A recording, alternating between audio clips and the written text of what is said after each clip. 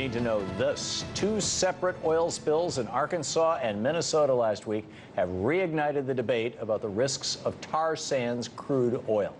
These latest disasters are disheartening on their own right, but they could be just a glimpse into what will happen if President Obama approves the Keystone XL pipeline extension plan. According to Republicans and oil industry advocates, the pipeline will be a boon for the economy, creating thousands of jobs and lowering oil prices nationwide. TransCanada itself, though, says the pipeline will increase U.S. gas prices because they're just moving the oil to the Gulf of Mexico to refine for export. And environmentalists argue that the pipeline's economic impact will be minimal and that will endanger communities and ecosystems along its path. Like the Pegasus pipeline, the one that burst in Arkansas on Friday. The Keystone XL extension will transport heavy crude from Canada's tar sands oil fields across a wide swath of Middle America. In addition to producing 10 to 45% more greenhouse gases than regular oil, the heavily toxic tar sands oil is also much harder to clean up in the event of a spill. Supporters of the Keystone Project say it's safe, but history raises some red flags. A 2011 New York Times analysis, for example, of federal regulatory documents estimated an average of about 100 pipeline leaks every year.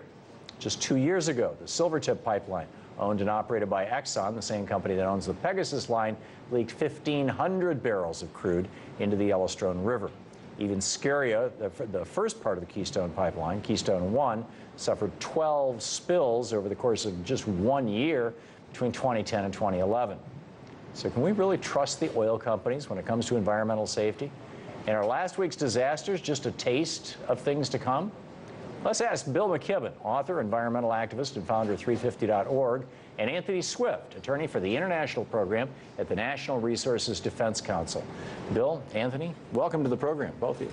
It's a pleasure to be on, Tom. Thanks. Thank you. Glad to have you with us. Hey, Bill.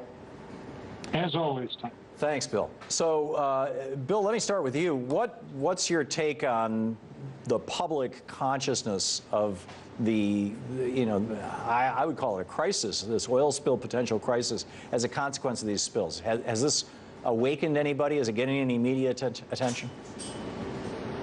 It's getting a lot. The Facebook post we put up was the largest one we've ever, 1 million people have viewed that picture of the oil spewing down that sidewalk. And those people all know that the proposed Keystone pipeline is 10 times larger than this Pegasus pipeline. So multiply everything you see by 10, and that river of oil becomes a Niagara of oil. This is what people in Nebraska have been talking about for a very long time. Yeah. So, Anthony, what's the status of the Keystone XL pipeline right now? What's the legal, regulatory, I know that they're using the Fifth Amendment to take land out in Texas. I mean, what's going on?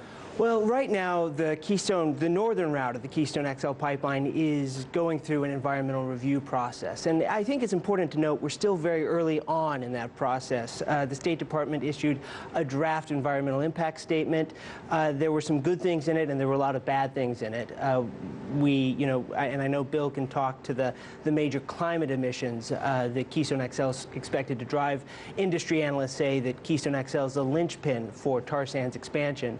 And the other side of this is, if I may interrupt you sure. there, I understand that when the State Department issued this report, that one of the contractors that they relied on heavily to write the report had actually had financial ties to TransCanada or the Keystone pipeline or something. Do you know about that? Can you tell us those details? I can't go into much detail on that, but I can say this is one of the challenges in environmental review processes of this sort, and why it's so important for the public to be involved. Many of the companies that actually write the environmental review are companies that, they make their living by writing environmental review processes for other oil projects. That doesn't necessarily make them bad guys, it just makes them experts. Yes, but it does kind of create a issue where the public needs to make sure that the information is accurate and it's not slanted toward the sponsors. Right. And in this case... So I interrupted you in mid-thought there. You were going to... Oh, well, in this case, I think there are many places where the State Department environmental review written by one of these companies is clearly wrong and is counter to many of the things that even oil industry analysts say is going on with this pipeline. Bill, can you speak to what the environmental consequences in terms of global warming and carbon in our atmosphere will be of Keystone being completed? Sure. And let me give you a piece of news that just came across the wires you may not know yet. Our most important climatologist, Jim Hansen, just announced this afternoon that he's retiring from NASA after 42 years in order to fight climate change full time. Wow. Jim Hansen was the guy who said, you'll remember in 2011, if we burn everything out of those tar sands on top of what we're already burning, then it's game over for the climate. That's pretty strong language from a pretty smart guy. I think it sums up pretty much what you need to know. Yeah, that is game over for the planet. That's extraordinary. What's so uniquely dangerous, Anthony, about tar sands oil? Well, folks do need to understand this isn't just another crude oil pipeline. Tar sands crude is something that most people wouldn't recognize as crude oil. It's a tarry, thick substance. It's nearly solid at room temperature. In order to move it in a pipeline, you have to take these light natural gas liquid toxic hydrocarbons to kind of reduce its thickness. But so even you have to kind of dissolve it with exactly, and even in the dissolved form, what's called diluted bitumen, it's still very thick, 70 times thicker than conventional crude, and because of that, it actually creates friction which heats the pipeline. So these pipelines are operating at 130 to 150 degrees Fahrenheit, and that's associated with higher risk of external corrosion and many other new risks of increased pipeline spills. The other side of it is once it's spilled, it behaves differently than conventional crude. We learned that in the Kalamazoo spill in 2010, where 830,000 barrels a day of tar sands crude spilled into Michigan's Kalamazoo River. After $1 billion and nearly 3 years of cleanup, 38 miles of that river are still contaminated. Folks simply don't know how to handle tar sand spills yet, and we haven't really advanced very far on that. I mean, I would probably say that, you know, tar sands is the bottom of the barrel when it comes to climate and also when it comes to just physical crude. It's almost like liquid coal. Yeah. Bill, if we're bringing liquid coal down to the Gulf Coast to refine it, and then we're going to be exporting the gasoline to China and Mexico and England, first of all, is my understanding of that comport with yours, that the reason why they want to extend this thing down to the Gulf of Mexico is so that they can refine it into gasoline and export it? Yeah, it's going to turn into diesel for the rest of the world. Look, there's no rational argument for building this unless you're the Koch brothers, in which case there's a great argument. You know, if you're Exxon, you have huge lease holdings up there in those tar sands that are useless unless you can get it out. The people in Canada aren't going to let them build the pipeline to the Pacific coast. They don't want this crap pouring through their country, so they're counting on us to be, well, as Van Jones said at the huge climate rally a few weeks ago, counting on us to be the chumps here, and we'll find out if we are. If you want to stop this, send a public comment to the State Department. If you go to 350.org right now, there's an easy form for doing it. We're trying, with people like Anthony, trying to get 1 million comments into the State Department over the next 15 days in that public comment period to let them know people are watching. At 350.org. Anthony, just the physics of this. It seems to me that what's going on here, tell me if I'm explaining this wrong. There's this really crappy, really dirty, basically slurried coal way up north, from which a small portion, relatively small compared to conventional oil, a portion of diesel fuel can be extracted. And they're transporting that all the way down to the Gulf of Mexico so that that extraction process can happen, that refining.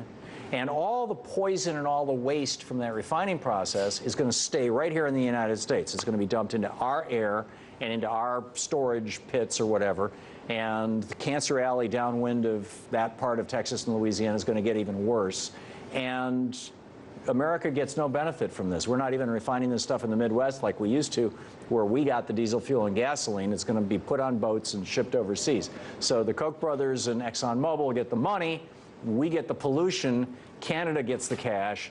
I don't see how the United States wins, other than a few of our billionaires, wins at all in any of this. What am I missing? And have I accurately characterized this? I wish you were missing something, but I think that is an accurate characterization. If you look at the Gulf Coast, they're exporting nearly 3 million barrels a day of refined product. And that's really why Canada wants to get their tar sands to the Gulf Coast. It's a pipeline through the U.S., not to it, and part of it is because the U.S. is successfully reducing its oil consumption, and Canada is worried that they won't be able to keep their prices high if they only can sell to U.S. consumers. Well, and in fact, I mean, we used to be that we manufactured things. We used to export TV sets and washing machines and clothes and all kinds of stuff like that.